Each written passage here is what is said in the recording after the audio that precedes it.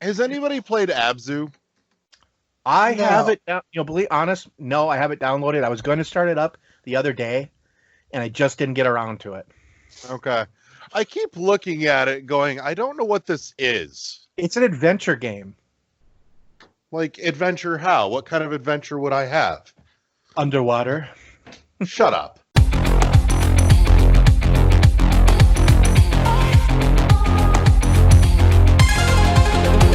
Holding the key firmly in my hands. I'm looking forward, I know where I stand. And this is it, I have nothing to lose. Now is the right time, I'm making my move. Oh, the high down. You can't bring me down. Oh, the high down. You can't bring me down.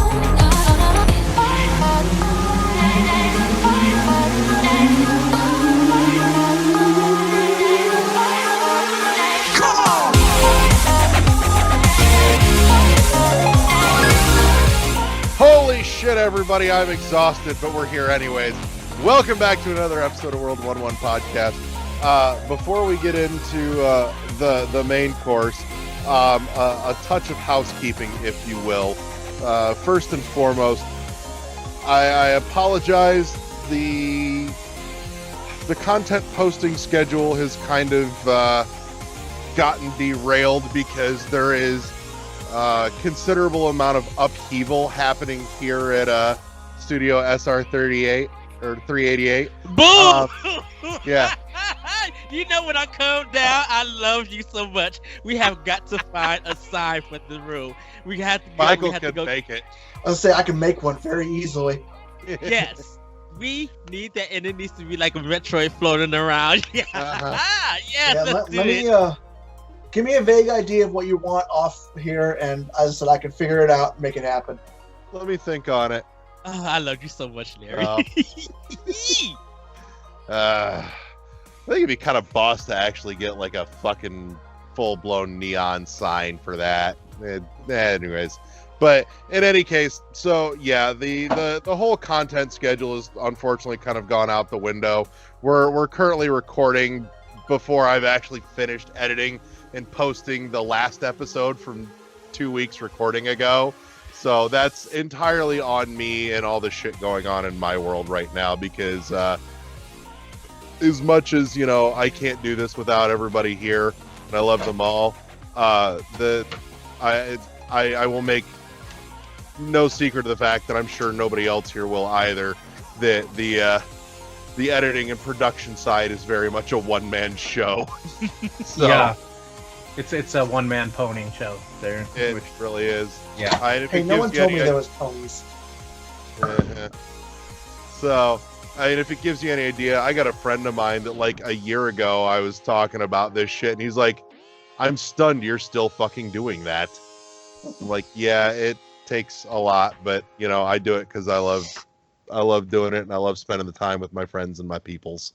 So that's what's happening there. I'm kind of maybe on the cusp of things resettling. Some new hardware has arrived. I've got to get some things in line and get it all hooked up and wired up. But it means that there's some new opportunities available for some of our World 1-1 plays stuff as well. That'll open some doors there that I'm really excited about and some other things. But that's all, like I said, housekeeping shit before we go any further. So, for anybody that's like, what the fuck's going on? Where's my app? That's why. That's all to why I haven't had a whole lot even getting posted on our Twitter or our Facebook or anything like that because, frankly, life is just kind of taking the piss. So, which reminds me, by the way, more than anything, if you want to keep up with anything that we got going on or any like interesting news or tidbits, follow our fucking Twitter. That's at World1_1 podcast on Twitter. I tend to be a little more active there than I do on our Facebook page, at least for the moment until I can kind of maybe find some support, some backup, and not that anybody hasn't tried. It's just, trying to get some time carved out. So it's a lot, but we do it. All that said, besides following us on Twitter and Facebook, you can and should find us at our home at world11.podbean.com, all spelled out, all one word. You can also, pick up the audio versions of our show over on Apple Podcasts and Google Play Music and iHeartRadio and Spotify and I think maybe Podknife, if I'm not mistaken. I don't know. It's been a long time. Things I can't keep up on anymore. It's too much for my brain.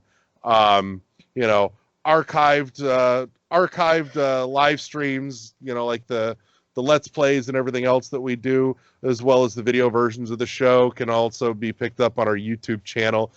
So if you just search World 11 Podcast on YouTube, you'll find us, and you should subscribe. And, if you're really feeling froggy, you can even ring the notification bell so that when shit goes up there, you'll see it. So, because that's a thing. And then, of course, the last and the one that I honestly get really excited about is, and I know I sound excited, don't I? I'm just fucking exhausted. Is our Twitch channel. That's World 11 Podcast, all spelled out, all one word, over on Twitch, where we're still on the unfortunately slow march to 200 followers, so we can give away that fucking collector's edition copy of Blasphemous for Switch from Limited Run Games. I swear to God, I do not need it taking up space in my house forever and ever. So get us there so that I can get it the fuck out of here as soon as it gets here from Limited Run Games. So, all that said, choose your fighter. I am, as always, your judge and jury, Larry the Bearded Wonder. Joining me this evening, my longest standing partner in crime, Eddie V. I will be turning 40 by the time you guys hear this episode. That's how long it's going to take Larry to edit it. You're only 16 right now. Yeah. No, Probably. No. Uh, I couldn't hello, resist. everybody. I couldn't resist. Sorry. And representing the defendant this week is Josh the Legru. Hello. And for the prosecution, Michael I Hate You Brown.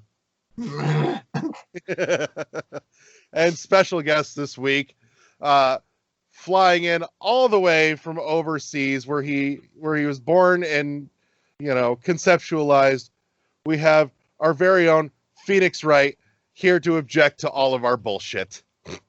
Objection! I'm just kidding. We can't afford the rights to that shit. None of us get paid for this fuckery. Hey, if I'd have known this was happening, I'd have fucking made something. Like a sock puppet or something. That would have been Exhibit A. Uh-huh. Sock There's puppet a- covered in blood. There's a skit. There's a skit. With the That's boot. Michael's special sock. We call it the Dream Catcher. Wow. Oh, hang on a Wow. second. Actually, I got an idea. I'll go back. Well, he's doing whatever the fuck he's doing. Let's jump to Oh my gosh! Video games. Eddie. You've been missing the longest. What on God's green earth have you been playing? So I finished Neck 2. I finished Neck on PS4 and I took it off my PS4 when I got finished with it. I would never return to that game ever again. What game? Neck. No. Uh, Here's I- a puppet real quick. I can actually make him talk through the whole thing. Can you guys actually see that? yes. Wow. Wow. So I got Shadow the Tomb Raider for PS4. I got a steel case version that was only $20 at Target. Nice. So I actually got the full collection on Xbox One. Now I got the full collection on PS4. I also am playing Yakuza Kiwami on PS4. I bought 2 because it was like $19.99. I beat it the first Yakuza back on PlayStation 1. So I beat the original version. But I'm looking forward to Yakuza Kiwami 2. because I never got a chance to play Yakuza 2. I actually love this remake Yep. in the game. Like I love the style, how it looks and stuff. It's still good old Yakuza, wonky controls, but you can just beat folks up. Wonky controls in that you end up just button mashing and don't really know what you're doing at times because the camera will switch. And you can't really do anything sometimes when that happens. But it's still a great game. I'm definitely enjoying that. For Switch, played 3000 Duel. It's a Metroid Souls game, where it's stylized in the Metroid kind of design, but it has a Dark Souls mentality to it. Where if you die, you lose all your currency that you collected. You got to get back to where you at and collect them. But this one is 2D, so you get a dash mechanic and everything, and it's really, really good, really addictive. Really fun to play. Played a little bit more Chasm. I've been getting further in that, unlocking different things and rescuing more people. I'm kind of like in this grass area, like this garden area. So I probably got some more things to do in there. Got Animal Crossing, playing that. I'm trying to get the rest of my iron so I could get the store and stuff for Tom Nook and everything. I paid off my camp, but I got my house, but I just got to start paying more on the house and doing some other things on there. I have How many Pokemon- animals have you crossed off yet? None. Disappointed in you. Well, Like, I really want a version. I like of how the- he just goes, oh, well. Oh well. I really want like an alternate cover art for that game where it's a mock-up of like Days of Future Past, and it's all the fucking animals and they're just fucking crossed off, deceased, captured. you can probably find it on Twitter. That's how much they be posting Animal Crossing on that mug. Somebody needs to make that shit. Yeah. A, So a warning from PETA at the beginning of it. Right. Right.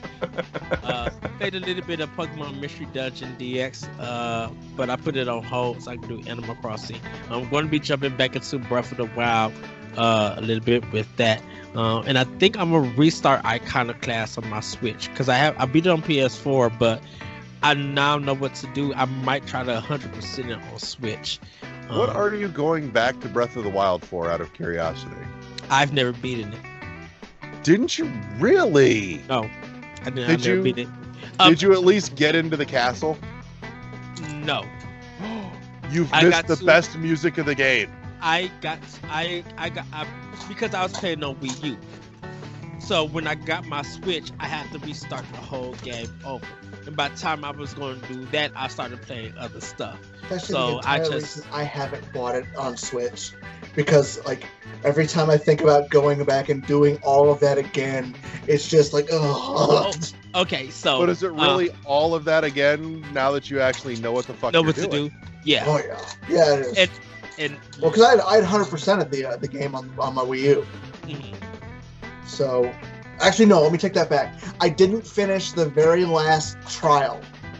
Okay. Oh, Did you get? Did you? I got you like get all- two. Yeah, I got like two away, and fucking Adriana distracted me, and I ended up falling into the water, and the Lizalfos electrocuted me to death. Oh, So I was like, at that point, I was like, no. it's 10 points. I don't care. So, Oh no. Yeah. Okay. Did you get all your Korok seeds? fuck you. My friend, That's no 100%. That's what I was just gonna say. Like, if you didn't Yeah. do that, I don't count that because fuck all that run. my friend there's got only all- 900 of them. Come on. Shut your whore Corey mouth, fucking Shannon. got after it. Yeah, you got everything. So Larry, I to treat myself for my birthday, I have a 55-inch Samsung Smart 4K HDR UHD TV. Yeah. And I got it for like $350 and some change Nice. at Target. I just set it up. So I haven't got it. I just hooked it up, but I haven't got a chance like to run anything because I want to see how Gears 5 look on it. I want to see how Forza Horizon 4 look on it. I really want to see how my Switch games are going to look on it with Breath of the Wild and everything. I really don't care what it does for it. I just want to see Breath of the Wild on Yeah. the big screen. Oh, Just be okay. like, and Yeah. just marvel at it and everything. But that's what I'm doing for Switch. Yeah, Breath of the Wild. I'm just gonna like commit and jump back into. I'm at the Prince one in the water. So I gotta go Yeah. fight that unicorn looking thing again. I hate him so much. But I had to go fight him and get the stuff and then go and fight that elephant so I could get in and do that battle. For Xbox One, I finished. I didn't finish. I'm playing Control. On it. I don't think it should have been nominated for Game of the Year because it has a lot of technical flaws. Josh apparently feels I some would kind say- of way I about would- that, I as would Adele might say. I would say this: it's art-wise phenomenal art. It looks Yeah. beautiful, and I can't wait to see it in 4K. Phenomenal art. Love the lighting. Love the colors. I think the checkpoints are a little bit. I think they should have been a little bit more forgiving for the checkpoints, due to the fact that with the loading that it takes, depending on what system that you play, Right.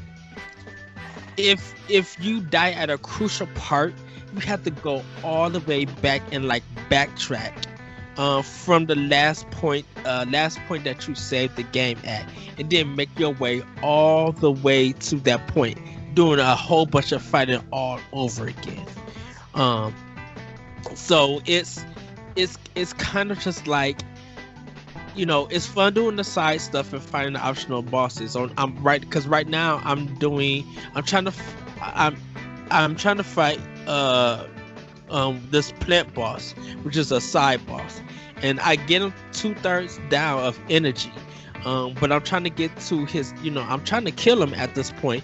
But the game, which has like literally throw up some fog stuff that affects you, and because of the camera angle, sometimes the camera will get wonky, and you may get hit by that flower. And if it kills you, you got to do all of that all over. And it takes about a good 2 to 3 minutes just to get the other side enemies done. To get there, and it's just like a lot of people don't want to keep doing this over and over, so they should have been forgiven. The problem with after you pause the game, it freezes. It crashed on me once. I had audio issues dropping, and I'm literally it dropped so bad that it cut the whole sound off from my whole Xbox. I couldn't hear nothing, and I have wired, Okay. and I literally have wireless headphones for my Xbox. I got some Turtle Beach, so I'm like, I can't hear nothing. I literally had to turn my system off and cut it back on, so I will be able to hear again from my whole system. So I think this is the thing with Remedy, because I don't feel like Alan Wake was a great game. I feel like it was good at the beginning, but it lost its way at the end, and they just dragged something on. Pretty much it was a Naughty Dog game where they should have got to the point, but they're just dragging it on just to make it long, and stuff that could have ended earlier. I feel like Remedy should have made a game with Nintendo, and I think if they would have made Eternal Darkness 2 together, I think Remedy games would have been better. I think Microsoft came in and helped them with Quantum Break, because I feel like that's more polished in Control. And it feels like definitely. it feels like it's been, quality assurance, like it's been tested and stuff with different players to fix stuff. And I think Nintendo would have been like, we'll let you guys make Eternal Darkness because you guys know how to tell a story. Don't matter with graphics. You guys know how to do all of this stuff, but we need to come in and we need to tighten some things, clean it up, and make it feel like the people who are playing your game, who in case of their die, they don't have to redo stuff, they don't have to wait for long load times and stuff. They're able just to hop back in and enjoy the experience. And I think if Remedy had ever worked with Nintendo, I think they would have been as big as Platinum Games. Where I feel like Bayonetta 2 is their high point that they got noticed from, and more opportunities came to Platinum for them to make games. They did 3 games with Activision. They made Nier Automata for Square Enix. They even helped Nintendo with Star Fox Zero. Whatever you want to say about that, you can. I feel like Platinum, after Bayonetta 2 came out, the recognition and the talk of Game of the Year and stuff helped them make them really important and noticed in video games, in the video game community and stuff. Where like, even though Ninja Theory and Nintendo didn't really work together, Ninja Theory started getting recognized because of Hellblade. Even though they'll be like, how can I now learn about Ninja Theory? Then you should have played DMC. You should have played Heavenly Sword. You should have played. I was gonna say, Ninja Theory had the name recognition solidly before Hellblade. But they weren't getting the name recognition that Hellblade gave them to people. You know, people were angry at Ninja Theory because they did DMC Devil May Cry. People avoided or don't really talk about Enslaved. Heavenly Sword, people make fun of. But like, look at the production that Ninja Theory is known for in their stories, in their combat. They're up there. You know, like a top tier second party independent company. They really put they all into games, and they know how to make great action games that's going to feel different from Platinum and Tecmo Koei, you know. So I just feel like I really wish they would have worked with Nintendo before they made Control, because I think that experience would have helped them make Control a little bit better. But it was their budget. You know, 505 Games just did the publishing for the game to get it out. Going on from there, I did play Tales of Vesperia on Xbox because I downloaded that. I have Final Fantasy 13. I ended up buying that during the Square Enix sale. I was like $7 or $8. It was like really cheap. So I got that on one. I'm trying to finish Control because I started Ori and the Will of the Wisp. This game, I can't wait to play it on this 4K. It's gorgeous. It is. It'd just be nice if it ran smoother.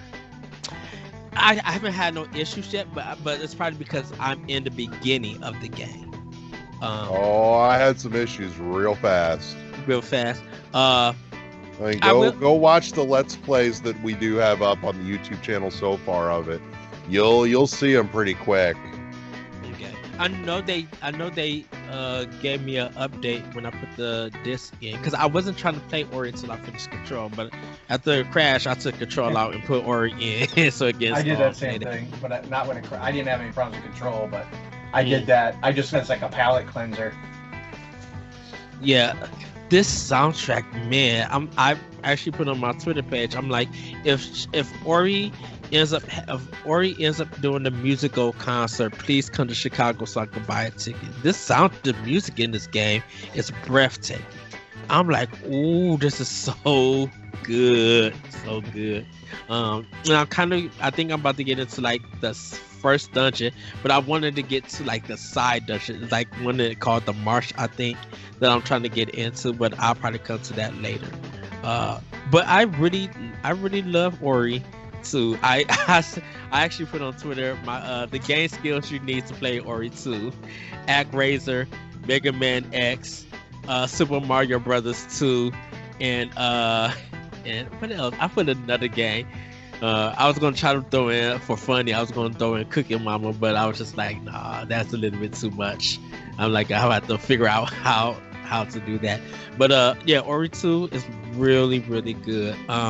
Last but not least, Outworld, in the sense of Outworld. And I was thinking of more art-wise and with character-wise that you meet feels like a little bit of Outworld. but you kind of want to say I want to do Our Strangers, but I need to play more of that game because I didn't get a chance to finish it on Xbox. So I can't wait till Stranger's Wrath comes out on Switch physical before anybody says anything. So it's not all. So the game is out only digitally, but not for physical yet. Okay. Did they give a date for it yet, or not yet? I don't remember. I thought I saw it available for order somewhere. I need to see if it's on Best Buy's site yet. Okay. And last but not least, I played a little. I played a little bit of Doom Eternal. It's cool. I'll come back to it when I get a chance. But Doom Eternal is fun. I know some people say it's frustrating later on in the game, but I'll jump into it when I can. With that, but that's pretty much all I've been playing, catching up and things like that. Okay. And Michael, what have you been playing? I just finished up the first Darksiders again.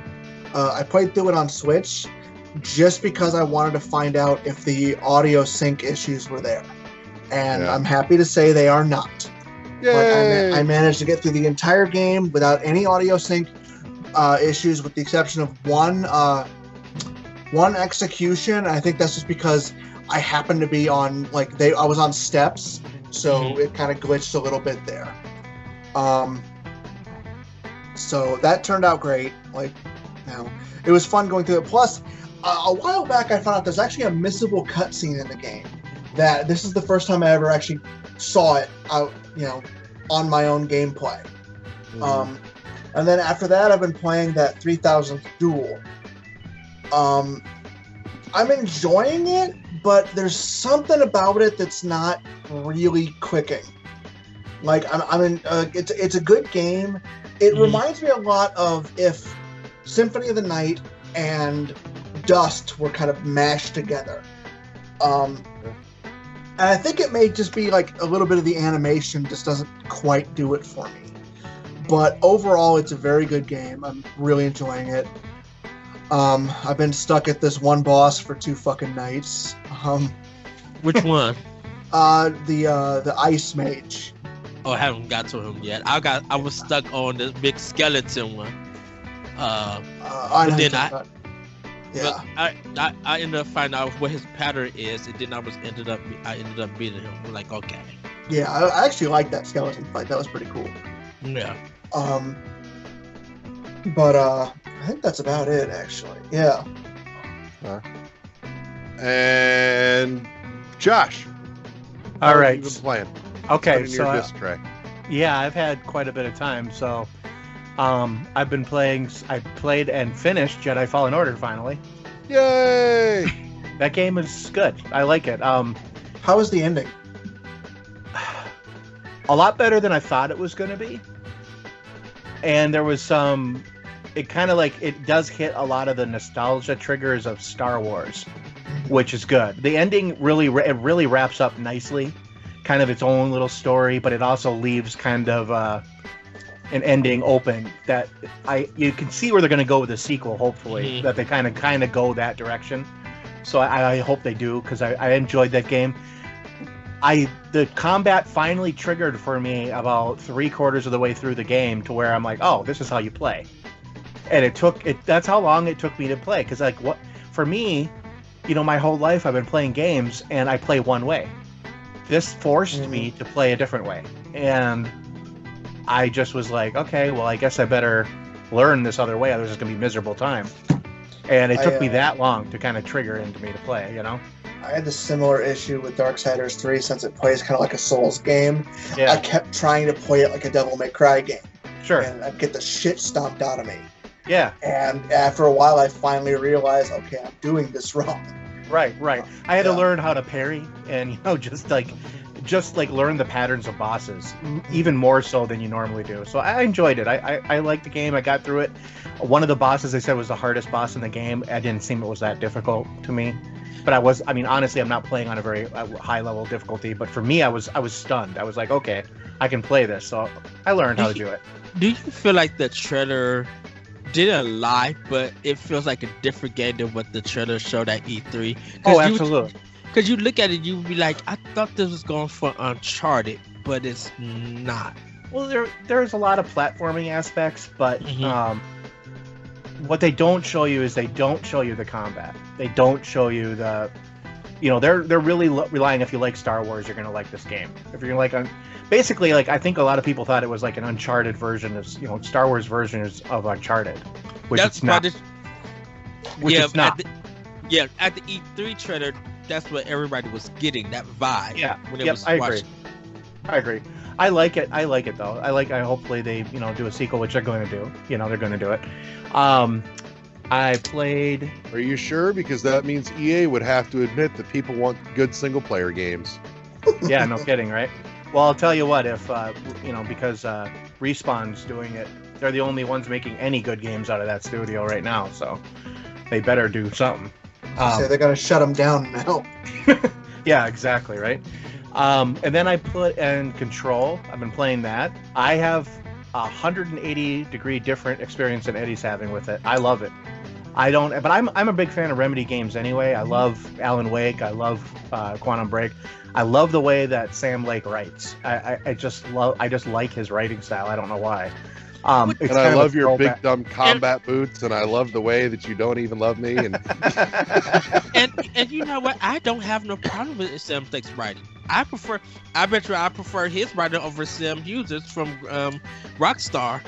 Oh yeah, I would take Sam Lake writing for any time. It's just some of the execution decisions that they really make. Yeah, and I I'd be like, appreciate that. I appreciate that it's not everybody's game, I do agree with some of the things. Like, I don't have the technical difficulties that like Eddie has been having with it, Mhm. and I don't know if that's because I'm playing on the One X.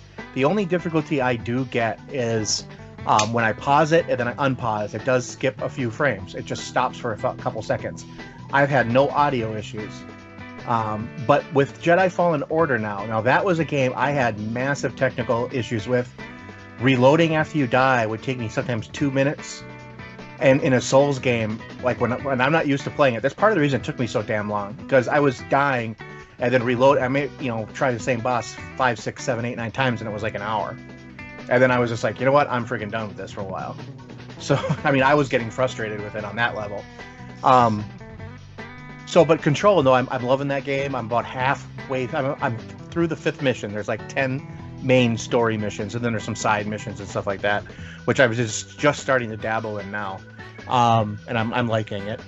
I put in Ori just as like a palate cleanser from everything, and I'm not having any issues with that frame rate that way on that game either. But I also do feel that it's because maybe I'm on a 1X that I'm not seeing it. But I've only got about 2 hours into it. And I want to let everybody know that I'm playing Control on the Slim. So, On the what? Okay. on the Slim, on the Xbox on the One Slim. Yeah. Oh, okay.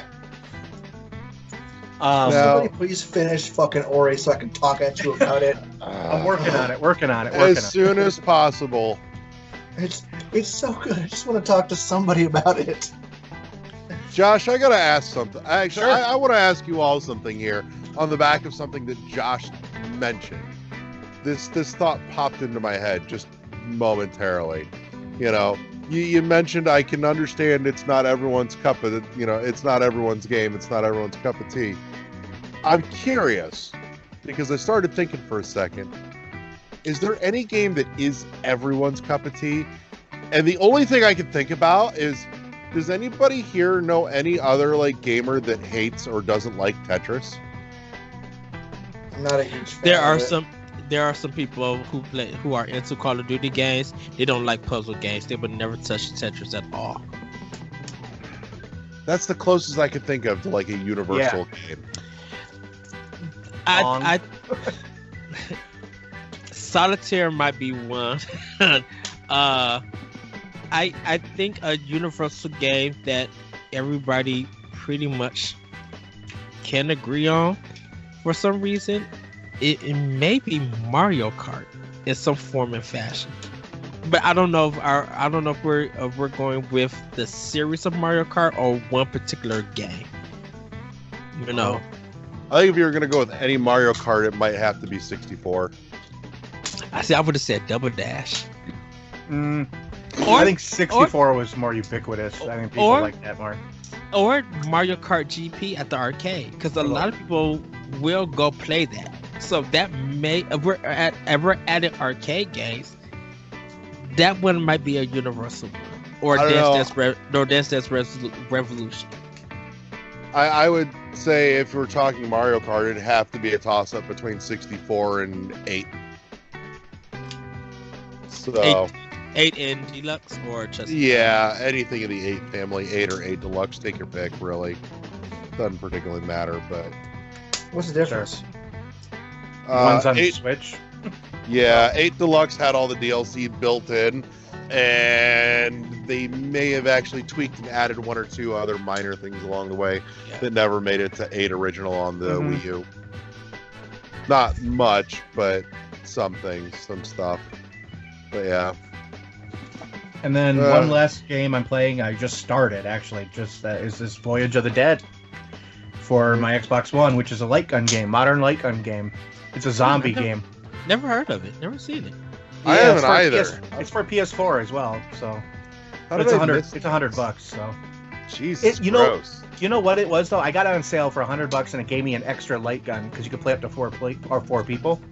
I would say for $100, that light gun looks kind of crappy. It's You'd have nice. thought It's they'd actually have you'd have thought actually- they'd make it look a little more slick. now. Do you remember the old school light guns? How light they were? Uh-huh. This thing is not like that. It's heavy. It's actually pretty nice, pretty decent quality. You can but pistol it whip is- somebody with it. Probably not. You know, it's plastic, so I mean, you could, and it's gonna break. Um, That's really all I'm playing. Just been doubling down on Control and Jedi Fallen Order to get that shit done. Because I thought I was almost done with Jedi Fallen Order, Mhm. and then when I started playing it again, it was like another 7 hours or something like that to beat it. So I was like, oh, I'm only like halfway through. Okay. Well, question for you. Are you guys on lockdown? Yeah, now or we stay are. at home? You are. Well, I'm an essential service, but because my wife and I were ill, we got to stay home for 2 weeks, and then Okay. my doctor just told me today I got another 2 weeks at home. So Okay. I've got time, so I'll be playing more. Okay. I cannot put into words how fucking jealous I am. You know what? I thought it was going to be awesome, but honestly, like last week, I was sick. I was hard to play games even. I So can now this week, I think it's gonna. I was getting sick and tired of sitting in one place, so I was kind of like reorganizing my game room and trying to go through some of this stuff. And then I got tired, and I just sat down, and all of a sudden it's 10 o'clock at night.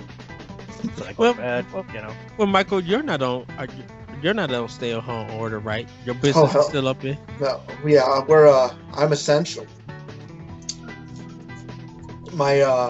Because we build heating units for ambulances. Like that's the loophole Gotcha. we're using basically. Gotcha. We don't need to be essential. We don't need to be. But the thing is, I have a mortgage, so if the doors are open, I'm fucking there. You know. Right. I don't want to be. Like, I'm an introvert. Like, I'm a homebody. Like, I've been practicing for this for fucking years. And Right. then when it finally comes up, they're like, no, not you. Yeah, you're essential. Uh-huh. We have purchased you legally. Get to work. Wow. So yeah, like, right now they've got us working. We're only doing 4 days. And they're requiring us to use our vacation time for that 5th day for the Fridays all month, which it's shitty, but whatever. Hey, at least you get the day off. Yeah, exactly. I'm not losing any money out of it. Right. Are we all on lockdown to the 30th of this month? I don't know. I don't care. At least it doesn't really matter. Like, Larry and I are both, get to work monkeys. Yeah, and I'm the same way. If I go to work, Yeah. they gave me a letter, an essential employee letter, and Oh, I've got one of those Yeah. too. I Yeah. got one too. so there you go. Why your eyebrows go up, Larry? I'm not talking about this in an open forum. Nope. Okay. Just That'll just get one. me in trouble. All right. So what are you playing, Larry? So aside from I'm playing, I am exhausted and life you know, I just keep playing that one scene from Dragon Ball Z where Frieza keeps getting hit by Goku and screaming, "Kidney shot! Kidney shot!" Wow. You know, that. Yeah. The only thing I've actually really played was I played... No. You know what? I'm saving that for last. I'm going to talk about some stuff that I got that I'm really excited to get into, which is, we all know how that always works out. Some days better than others, to be fair. But I did pick up a small hoard of stuff some of it off my wish list that had been on there for a while, some of it a little more recent. Probably the oldest one that was on my wish list that I finally picked up is We the Revolution. Okay. Which, yeah, it's like a, from what I could tell, and the reason it caught my attention was it's described as a political intrigue game set in the midst of the French Revolution. Yeah, and so you have to, you know, it's a whole lot of who can you trust and who do you not trust, and it looks like, you know, you have to make the decision at certain points to, you know, execute those that you think are gonna like fucking betray you and, you know, go behind your back and shit. But the thing, yeah, no, it gets more interesting because, you know, at the end of every day, you have to sit around the dinner table and, you know, essentially sit in judgment of your family at the meal table as you break bread for your actions and the people that you've fucking executed. Wow. Yeah. It got kind of a really neat, kind of monochromatic-esque art style mixed with a little bit of like crumpled paper art. Okay. Like very flat, low polygonal look to it. But it looked interesting, and I finally pulled the trigger on it. So Duskish or lesser than that? No, think more Killer 7. Ah, got you. Okay, I see. Okay. So, but more crumple papery than Killer 7. I also pulled the trigger and picked up Squiggly Line Water Game. I suspect that if my guess is correct, that'll probably be the next one that I really put some time into. That's my guess. Now, something could go sideways, and one of these other ones could divert me first. But I'm curious, and you know, I think it definitely probably falls into a trend in the indie gaming scene that we're going to talk a little bit more about in the third half of the show this week. At Michael's behest, I picked up Broforce, which, I don't know, I'm going to play it. It's probably going to be retarded and silly, and I'm okay with that. Sometimes you need retarded and silly. Oh, I agree. I'm not saying that like it's a bad thing at all. Believe me, I'm not. Also picked up Ape Out. At a glance, I was honestly a little hesitant on Ape Out. It took me rewatching the trailer another time or two to decide to pull the trigger on it, because, and I'm still slightly hesitant because it reminds me a little bit of Mr. Shifty, and I had some issues with Mr. Shifty, but I think some of my issues with Mr. Shifty are just that I went into it expecting kind of being promised one thing and got something else. I've never heard of Mr. Shifty. Really? Yeah. I think I've heard Larry say it before. It was an early Switch indie game. Yeah. A lot of people was excited about it when they seen the trailer. Then when it came out, it was just like, it's okay. Done. Like, Also picked up The Tourist. I've really kind of been looking forward to The Tourist. I was thinking of picking that up, but I didn't. Yeah. So I pulled the trigger on that. I took a real big gamble. I suspect The Tourist is probably going to be the closest thing to Animal Crossing-esque that I will ever have any fucking interest in. But I also took a real big gamble in potentially going outside of my usual comfort zone gaming-wise, and I picked up To the Moon. Because I still can't figure out what the fuck the gameplay is on it yet, looking at it. I don't fucking know. I'm guessing it's an RPG, probably, but I can't fucking tell from anything that I've looked at on it, promo material-wise. Oh, it looks interesting, though.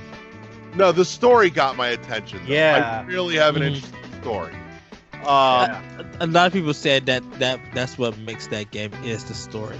But And that's- It's a 10 out of 10 on Steam. Wow. God damn. Okay. So, It's an um, you know how they describe it: interactive storytelling adventure game RPG. So Okay. yeah, it's an RPG in there. So and then the other one that I actually played, start to accidentally finish, was I played Inside My Radio. Oh yeah, you posted I've some. never of heard that. of looks, this. That looks cool. It was a lot of fun. I have absolutely no idea what the fuck the story was. I didn't read any of the fucking dialogue. I didn't care. I couldn't be fucking bothered. You just I wanted was- the gameplay. Huh? Yeah, I was too busy fucking having fun with it. Okay. It wasn't super challenging. It's kind of like a little bit of a mesh of Shapes and Beats and Crypt of the Necrodancer and just platformer. Yeah, so it's a platformer, but you can the only thing you know what else it has a little touch of is fucking Bit Trip. I feel like it's got a little touch of Bit Trip, maybe. Okay. So, but the only thing that you can freely do is move left and right. Anything other than that, your dash, your jump, and your smash moves can only be done on the beats. So again, it kind of takes that element from Crypt of the Necrodancer, Cadence of Hyrule. The art style is going to feel very, very Shapes and Beats-ish. And again, you're probably going to feel some of that influence in the choice of music as well. No, it was a lot of fun. I was playing it. I was really impressed by, the variety in the music, because it had a couple of main characters that you could play as, in different sections of the game, and depending on the character that you were playing as, the entire genre of music was totally different. And I was, my only complaint was I was really getting into it and going, oh, this is fucking awesome. This just needs to keep going and open it up. And it felt like it was just about ready to. And then it was over. Oh, I see. What? Yeah. Like, I got to this big boss fight thing, but I felt like I hadn't been playing that long. I'm like, okay, so there's this boss fight thing, and this major thing happens, and it's going to, like, break into a new chunk of story and keep going for a while. But that boss fight was just the end boss fight of the fucking game. Wow. Now, granted, it's a boss fight in, like, 3 parts, because each of your 3 characters fights the boss by themselves in a different way. And I was really excited when after you beat that boss fight with the first 2 characters, each one of them. Yeah. So I'm playing as one character, and I beat the boss with that character, or I beat that fight or that part of the boss with that character. The fucking boss eats the character. gone. Fuck you. Done. Yeah, and then the second one goes at it and tries to, tries to save his little buddy. He goes after the boss. He beats the boss, and then scripted event, and he gets fucking eaten. Blah, blah, blah, blah, blah.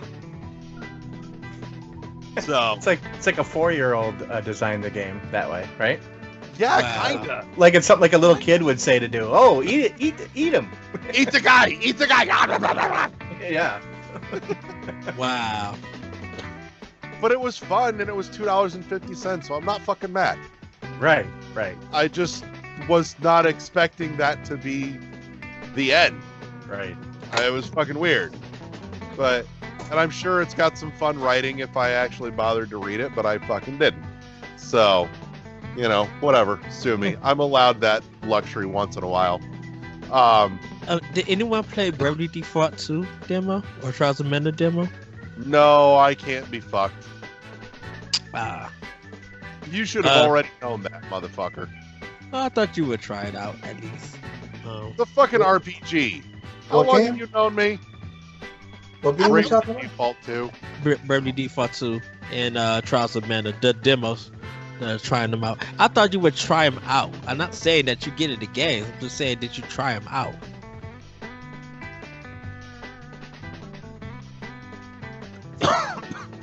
Larry. Now, isn't Trials of Mana just a 3D remake of the second game that's on the collection? The third game. Third game. Okay. Yeah. So, Because, second Densetsu 3. Oh, that's right. Yeah. America. So, Yeah, that's the entire reason I bought that collection, which I still haven't fucking opened because, same Talking here. about collection of mana. Is that what you're talking about? Yeah. Yeah, I have it too. It was only like $10 at Best Buy when I got it. yeah. I had to order mine from Best Buy because it was sold out. Like, oh, dang, that bit. I bought it fucking day it came out for, what was it, like $40 or whatever. And you Because- still haven't played it. There's a handful of shit I ain't played yet. I'm a good little consumer whore though. Have to own all the shit. Very Yep. much. Yep. The cat Also, girl. side note, by the way, speaking of owning all the shit, official unveiling is Friday, but there is solid speculation that the next one out the gate from Super Rare is going to be either the Tourist or possibly Sexy Brutal. I know. The 'cause Sexy they're teasing Brutal it. would surprise me because that's already one that they've said they're doing this year. Yeah, and they're teasing their release for Friday, so I'm thinking it might be that one. I'm thinking so too. Oh, I'm really for the hoping so, physical considering version. I just bought the Tourist. Oh, I hear you. Okay. I'm really hoping it's Sexy Brutal. Like, Miss Sexy- I'm not horrifically opposed to double dipping, but I hate having it happen that close. It may have been like a business deal that they Maybe. was just I don't know. that they was in. My thought is it's going to be Sexy Brutal, but we'll see. Who knows? Could be anything. Fuck it. But yeah, so that's we're going to wrap up Oh My God video games there, and we're going to take a break, and we'll be back with the third half of the show as we roll into a deep dive this week. So with all that said, break! And we're back with the third half of the show, along with Michael's forehead. This week, we're... I'm playing a video game, fuck you. This week, we're going to go ahead and take a deep dive into overarching trends and themes across the industry. Just kind of looking at themes that kind of happened almost by accident, but really became noticeable, especially across the indie side of the industry. So we were talking earlier before we got into the show, and we were looking at a couple of indie games. In particular, I was asking, had anybody here played Abzu yet? And I asked him, like, does anybody know what the fuck Abzu is? And the played it only on answer PlayStation 4. Well, Oh. good. Maybe you can better answer my question later. But fucking smartass over there, Josh, goes, it's a water game. And I started thinking about it. I'm like, that seems to be a running theme here in indie games over the last couple of years. Like, probably more identifiable as a theme than most others that I could really pick out and point to, just in terms of setting or thematic. But I started thinking about it. I'm like, there's some other themes and trends that have really risen to prominence and almost saturation as well. Like 1, water games. 2, and we've talked about it on several occasions, Metroidvanias. Along those lines too, you also have the whole roguelike genre, which also to a degree kind of taps into that Souls-like esque thing. Those two tend to go very hand in hand in the indie gaming space as well. And I'm kind of curious to see what you guys think might be the next kind of groundswell trend to rise up into prominence, as well as how long do you think some of these are going to continue before they hit their breaking point and start to recede? Well, for one thing I noticed, it's not Or are actually. there any others that you've noticed that I haven't? It's not such a theme, but definitely music, because we kind of went from with some indie games. We had this 8-bit beat bloop and like kind of 16-bit style sound chip. Well, not sound chip. Sound and chiptune for its music. If you play a lot of indie games now, everything sounds orchestrated. Everything sounds live. The music is now able to help bring the story that they want to tell. Like a lot of adventure games where you might just solve a puzzle or you walk around and stuff, all the music that they use and have this live orchestrated feel to it. Whether it's like big or it's minimalist, it's always just like they're using a live piano, they're using drums and horns and stuff, and it's just like it gives you a really like studio quality, like live recording CD in a sense. So it's moving away from that 8-bit chiptune sound in a sense. Like if you look at Gree, for example, and you just listen to a lot of that piano that's in there, it's like the piano like goes up and down, and like it really brings out what that game is about with the colors every time you get to a new area and you add on and stuff. And it's just like that music helps tells and moves that game along. Same with Rhyme. It has its ups and downs, and when like spoiler alert in case anyone hasn't played Rhyme, when you get closer to the end, there's a point where it's raining, and the way that everything is just a piano arrangement, you hear it and you just like, this is the end of the game and end of the journey. And this live piano is really helping you see what how this game is going to conclude. So I've been noticing a lot of more live instrumentation for a lot of indie games, and even I want to say art styles. There's been more different art styles, even though some people are still using that 8-bit and 16-bit games.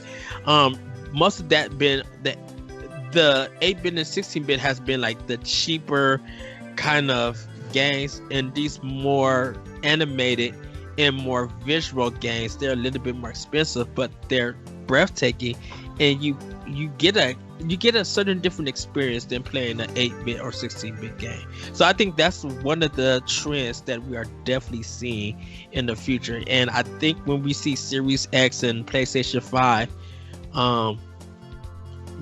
we'll be looking at indie games in a different manner, because I think there's going to be a different visual than the first and third party or second party games that well-known developers and publishers that we know. You could tell the difference what's going to be an indie and what's going to be like a AAA kind of product. Okay. Josh, what do you think? How long are some of these trends gonna keep going before the market decides it's had its fill? Well, I mean, like Metroidvanias and things like that, people keep buying them. As long as Right. people are buying them, you know, they're gonna. But the problem is, I think you're getting a diminishing return, especially with a lot of this stuff, especially Metroidvania. And I hate to say it, but I think like Kunai is kind of an example of when it's starting to kind of fall out a little bit. The game is good; it's not great, but it's taking other games are doing what it does better, and Yeah. that's going to be a problem. I think people are going to start seeing games like this more and more, and it's going to be a problem because you're not going to trust, first of all, the game that comes out unless you got a bunch of people that played it and reviewed it. And to be fair, like Kunai, for example, reviewed about a 7, and that's what I think it is. I mean, Right. it's a good game. It's not great by any means. It doesn't have a lot of bugs. It's fine. You know, it's a fine game. It's okay. It's not terrible by any means. There are some terrible Metroidvanias out there. Agreed. Yeah, and what would you class as some of the worst of the bunch? oh, I don't know. It's hard to get off the top of my head right now. I don't know, Larry. It's Sunder. mostly the ones that kind of Which like one? combine. Something. Sunder. Oh, see, Ooh. I haven't played that one. I always think was- it's ones that combine things. You know. Okay. Sunder looked like it should have been good, but it gets really old really fast. It was that paranormal one, Larry, that me and you brought that you didn't like that 8-bit one. I'm trying to look it up. The paranormal one. Paradox. Oh yeah, the Paradox Soul. Twin. The yeah. That was fucking garbage. God, that was awful. You said paranormal. I'm like, the fuck yeah. Paradox Soul was awful. Yeah. I played maybe an hour of it and I just couldn't be fucked. I don't know. Have you guys played Wreck-It Ralph? The actual no. game. Is it a game? Yeah, No. I put that. I got that on PC. I put it for like, you know, a couple of minutes, and it was. I mean, it was like an hour, and I was done with it. So it's kind of like a Metroidvania kind of game. But No anyway, way. yeah, it's not really, but it kind of is. It's terrible. Don't even bother. Okay. That's But- sad. Yeah, but I mean, you know, there's some ones that I've played that I just can't, for some reason, I just can't pull on the top of my head right now. But I'll remember them, I'm sure, like tonight when I'm laying in bed trying to go to sleep. But there's some good ones, there's some bad ones, and there's ones that are okay. And I think that we're going to start seeing it same with this, like the underwater thing. Could we There's probably consider? some really good games that are underwater, you know? But I don't know if I'm going to want to play every one to find those good ones. Could we consider Friday the 13th for the NES a Metroidvania game? No. I don't think so. I didn't have an answer for that. But I mean, it's Um, terrible Is there game. something else I can help with? Nope, that's my phone. Sorry. Stop it. Um, I'm sorry.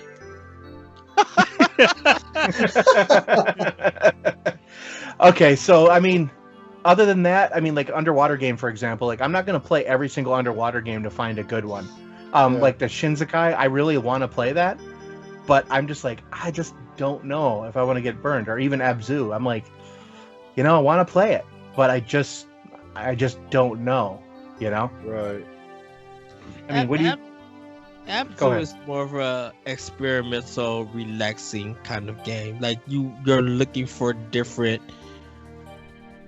things that would lead you closer to different reality. So it's more of a adventure game that you're swimming. Yeah, it's a metro, it's an adventure game. Yeah. Yeah, I think the problem that a lot of people might have with it is with it doesn't really give you direction. You really just jump in and swim and just look around and deal with the camera, and just get stuff in. It pushes you forward, and then I guess once you get to the end, that's the end of the game. Like, I haven't finished it. I was just giving it a try, and I was just like, okay, I understand what this is, but you know, it Is needs there an to have actual some, end to it? there's an end to it. I believe so. Yeah, there's an end to it. I think with water games, you get more of the Minecraft kind of water games, roguelike kind of games. Like, I think Subnautica is one of them. Into the depths or whatever. Yeah, Into that game. yeah. So I mean, when it comes, there's not too many water games in indies that I know of. I know there's.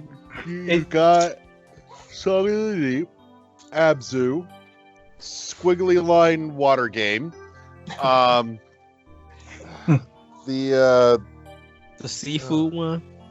We Are Seafood. you know, now that I'm thinking about it, Wave Runner. the fuck was the name of that on the Wii? Was it In this Blue ocean? or Into the Ocean? Endless Ocean. And that's it. Endless Ocean. Yeah. Like But- that. and Yeah. and people enjoyed that because it was just a Oh, I did. relaxing game. I it was- loved Endless Ocean. It was- Well, yeah. Did they say the music was good too in that game, or it was just like a really chill game? Like, it was just really good. Yeah. It was. Like, that was legit a lot of fun. It was just, you know, swim, swim, swim, look at cool, pretty things, and Well, it was endless, you know? yeah. It was, but it was Just about it the was- relaxation. Right. Right. And I feel like, you know, somebody somewhere has started to figure out that as a setting that there's a lot you can do with it that really just hadn't been touched on. And you know, because one, you can go two very different routes. You can go with that very chill, relaxing, to which I would also throw Flow into the mix, or the Sparkle games that I showed you, Michael. Mm-hmm. Flow is a good example. Right. As well as maybe even the Koi game that I was talking about the other day. Or, you know, you can go the very tense route of, you know, bottom of the ocean and the whole thing's pressing in on you.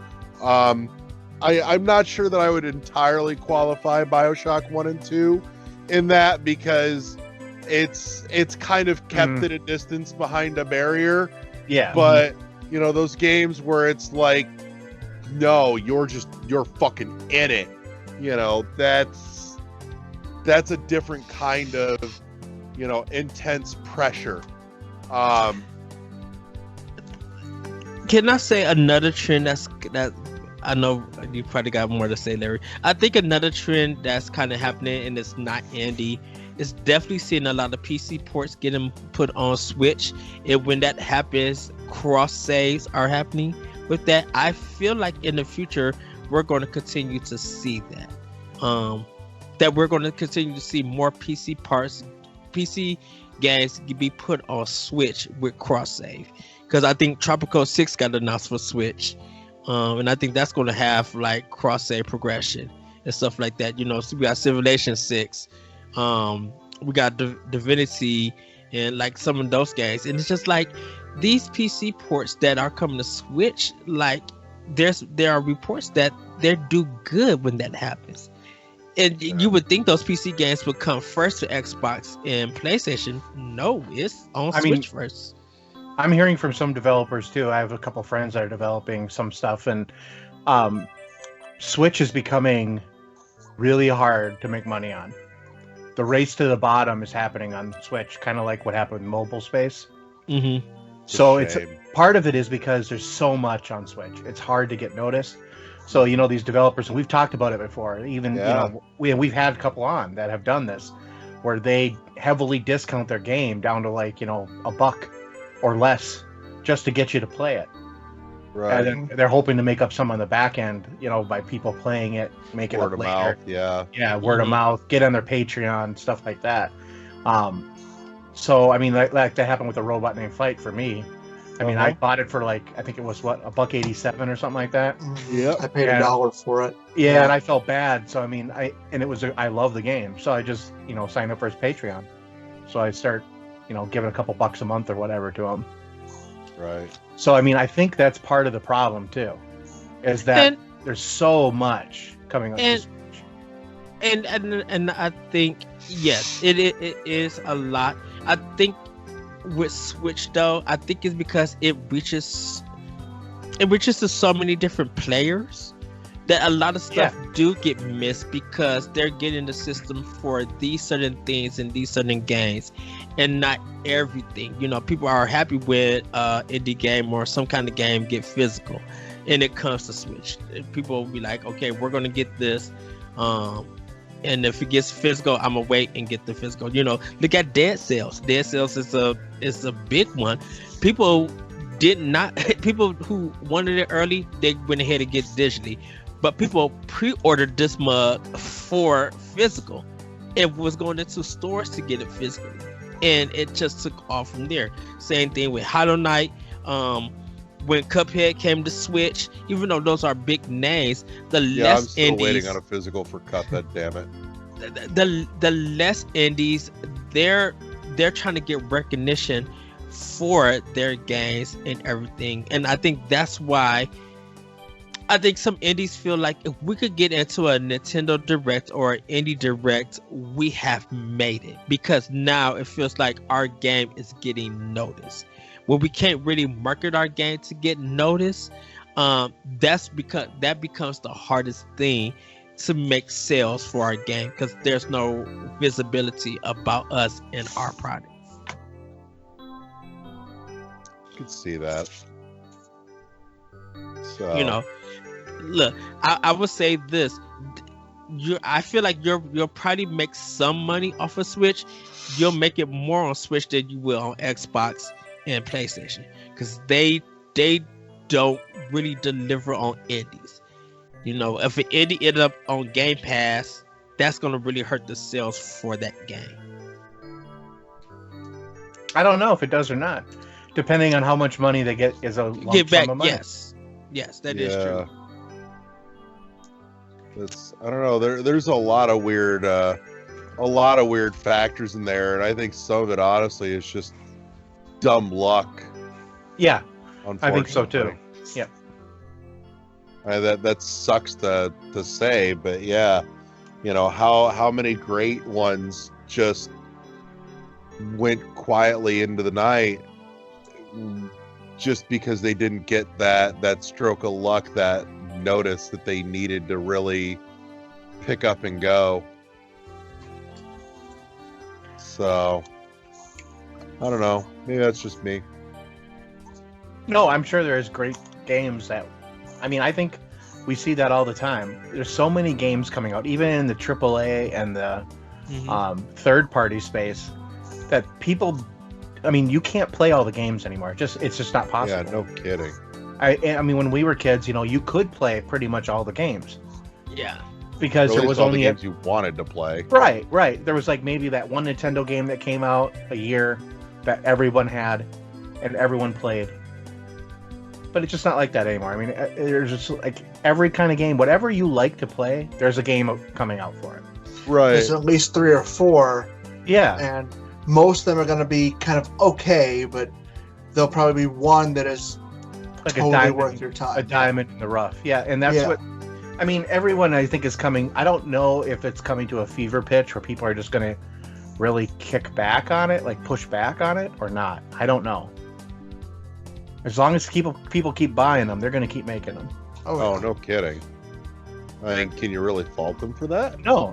It's not anyone's fault. It's just the way the market is. So, but no, I'm curious though, do you think though that we're maybe just at the apex of some of these, like Metroidvania and you know, I think we're pre-apex of roguelike, but I feel like it's coming soon. Yeah. hmm I think You know? Metroidvania is here. I think Hollow Knight, Ori, those are like top of the tier Metroidvanias. Right. And I think we're starting to see now a little fatigue. I think also the name Metroidvania for some reason fatigues people. I wish we could describe the game better than using two other games to describe it. I But- don't think it's even that inherently that's caused the fatigue. I think more the fact that we've just seen it everywhere. That's what I and mean. That every Everywhere. game has tried to attach It's- themselves to it, even when it's They shoehorn it into everything. right. And it's becoming like, and if you see a description of it, they're like, It's- this Metroidvania is a Metroidvania. It's like a Metroidvania. It's like, come on. I get it. It's because it's becoming a trope to a lot Yeah, of people. it is. Where It is. where it's Yeah. just like we know the pattern of it, and because Metroid's a big name and Castlevania's a big name, you're going to do the same thing, whether it's a shooting version or it's a melee version. You're doing the same thing of backtracking, getting these powers just to explore something else, and then you get to the end, and then that's it. Like, you're not adding anything to move this That's what I genre mean. forward. They're not moving it forward any. That's where I really feel like that's where like a roguelike kind of came out, because a lot of people were, we were thinking it was more like a Metroidvania, then all of a sudden you Mhm. get like a roguelike game, kind of like Dead Cells. You start getting some stuff like that, Right. and that breaks a pattern of what you want. And that's what's going to happen. We're going to find another type of genre or experience that's going to break the pattern, hopefully, yeah. or reinvent it, like a platformer, reinventing a platformer. I mean, Well, it's No? it's literally funny that they haven't treated Metroidvanias like a Mega Man game, where the power that you like, if you go into a battle and you use your first power, like what they start you off with, and you defeat it, you see not only like a ability, but you receive something that's going to upgrade your gun. And it depending if you find a secret boss or a mini boss, like you just search and you defeat that, instead of you just getting like a heart container or something, maybe you get like a ice beam or something that wasn't meant for you to get now, but yet you were able to get it because you fought and you defeated that boss or that mini boss, and now you have that, and you may be able to go to a boss that, or another mini boss who really shouldn't be, who is weak against freeze, while still be able to explore. Like, I don't even know why indie games haven't even ripped off Mega Man. Like, why haven't you guys tried to do a Mega Man style There's game? actually a couple. Like I've I been would playing. say there's a I've been few, playing not this game many. called 2000XX. It's literally a Metro. It's not Metroidvania. It's a Mega Man X style roguelike. And it's actually really well done. You get to like select your stages and everything. Sorta. The first stage is pretty much random, like randomized. Okay. You Yeah. have two characters, one that plays like X, one that plays kind of like Zero. After you beat a stage, you are given a choice between: do you want a power up, do you want a new weapon, or do you want more life? And then you're given a choice between 3 different stages. You can choose from there. As I said, I think I paid like $10 for it, worth every Mhm. penny. And then there's another Mega Man style game I picked up called it's like Robo Gal or something like that. It's basically Mega Man if Mega Man was a girl. Okay. Okay. I haven't actually played that one yet, but like it looked interesting. It was worth a couple bucks I threw at it. Surprisingly, a lot of indie games are getting. I think this may be another big thing coming. FMV's coming back. You know, we have Her Story. We had their follow-up game. I was telling Larry about the Complex, and then there's some other ones that's on it. Was that where the same group? no, someone else did the Complex. I was gonna say, wait a second now. I played that. Oh. I played Which that one? FMV game. That new one on Xbox. Why the hell can't I remember it now? Like Oh, Night Shift. Yeah. Yeah. That game was great. yeah, and like a lot of FMV games that's coming from these indies, they really been good. You know, they really been hitting the spot, and it was just like, I remember this was getting laughed at, and it wasn't a big thing back in the day. But now we got HD, and the production is better. It feels like this. I'm like, we need to see more of more of this. This continues to be done well. Well, there's also been some kind of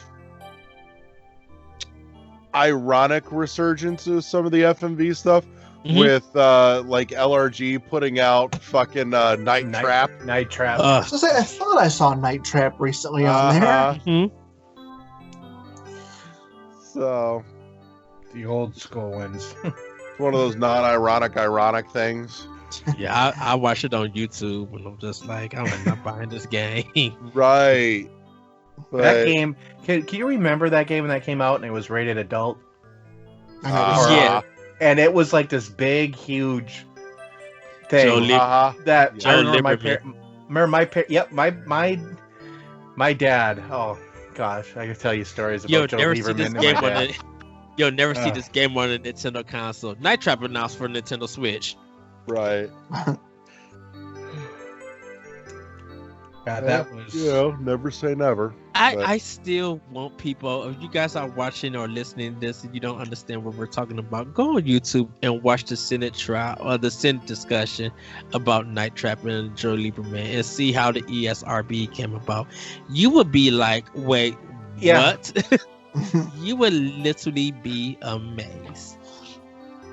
I thought it's the same thing as the like them stickering CDs way back when. People freaked out about the most minor bullshit, and now, you know, like wasn't it NWA that got everybody? well, it was NWA. There was Twisted Sister was involved in it. Like, actually, because I'm a big Twisted Sister fan, the lead singer of Twisted Sister actually went in front of the house Yes. and had a very impassioned speech, and of the whole thing, and they were pissed because he knew what he was talking about. His shit was smart, and like it didn't matter, but Right. Kind of, it really is funny. Sorry, the conversation feel like you're it's changing.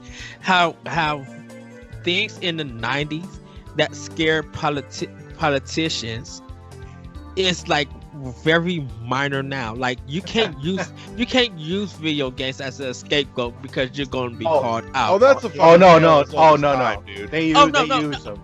I mean, They they're try. still going to they're going to use them, but they get called out about that. You know, it's just Right. like you can't use this as a scapegoat anymore because when this happens from an adult, you don't say nothing about this. And I remember they just made it so big, like Mortal Kombat was such a big thing, and it was just like it doesn't compare to the stuff that's going on now in real life.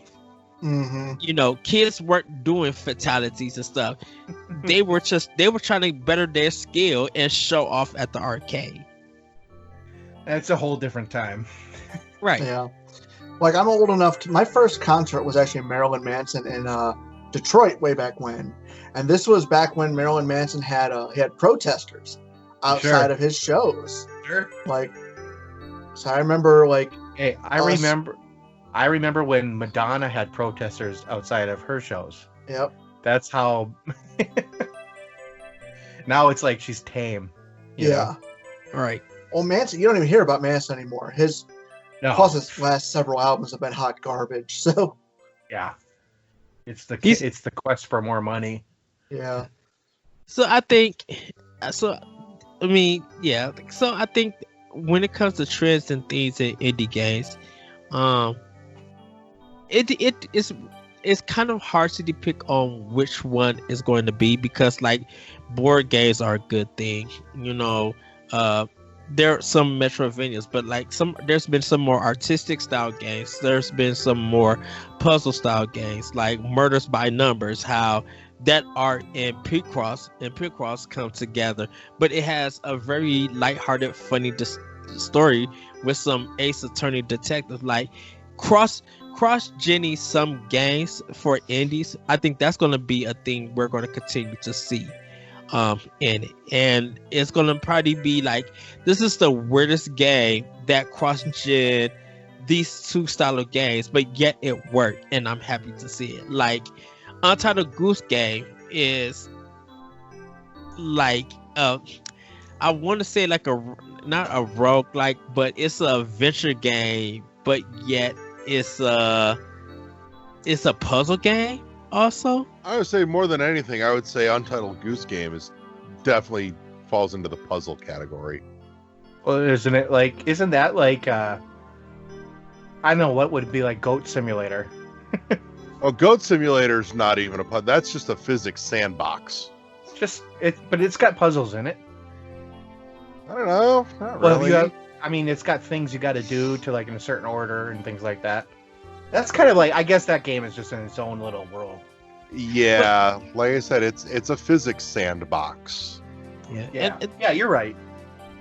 I mean, That's it's the only thing I could really classify it as. and like we got racing games that take the F-Zero kind of style approach to it. I think Yeah, we but need none to of see them have more. managed to get it right. Damn it!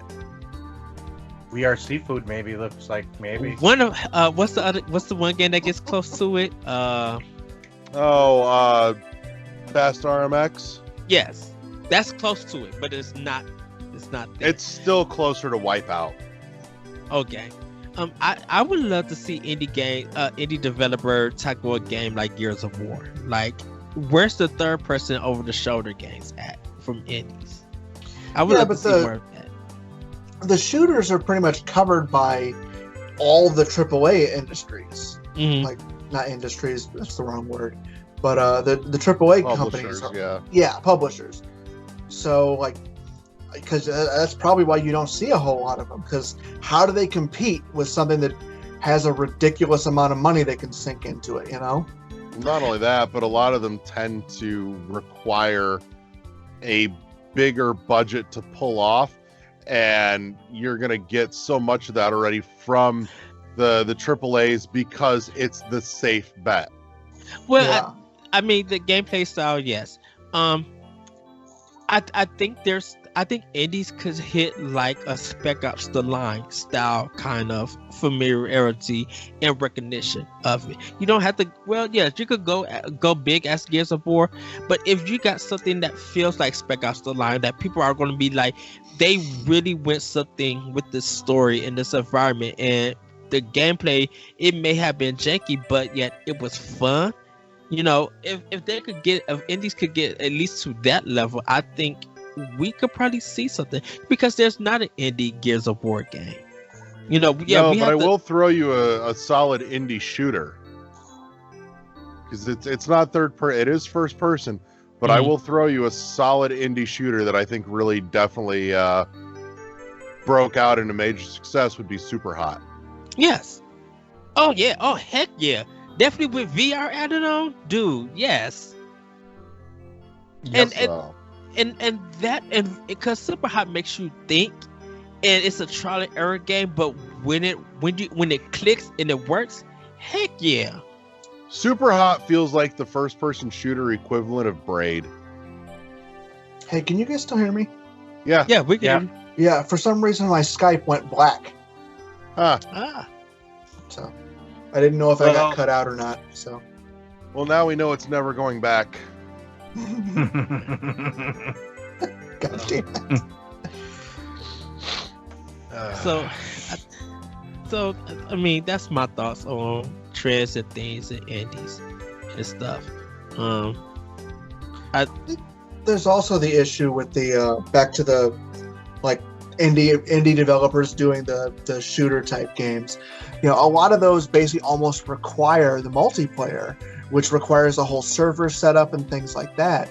And an indie developer can't do as big of a server setup, if any at all.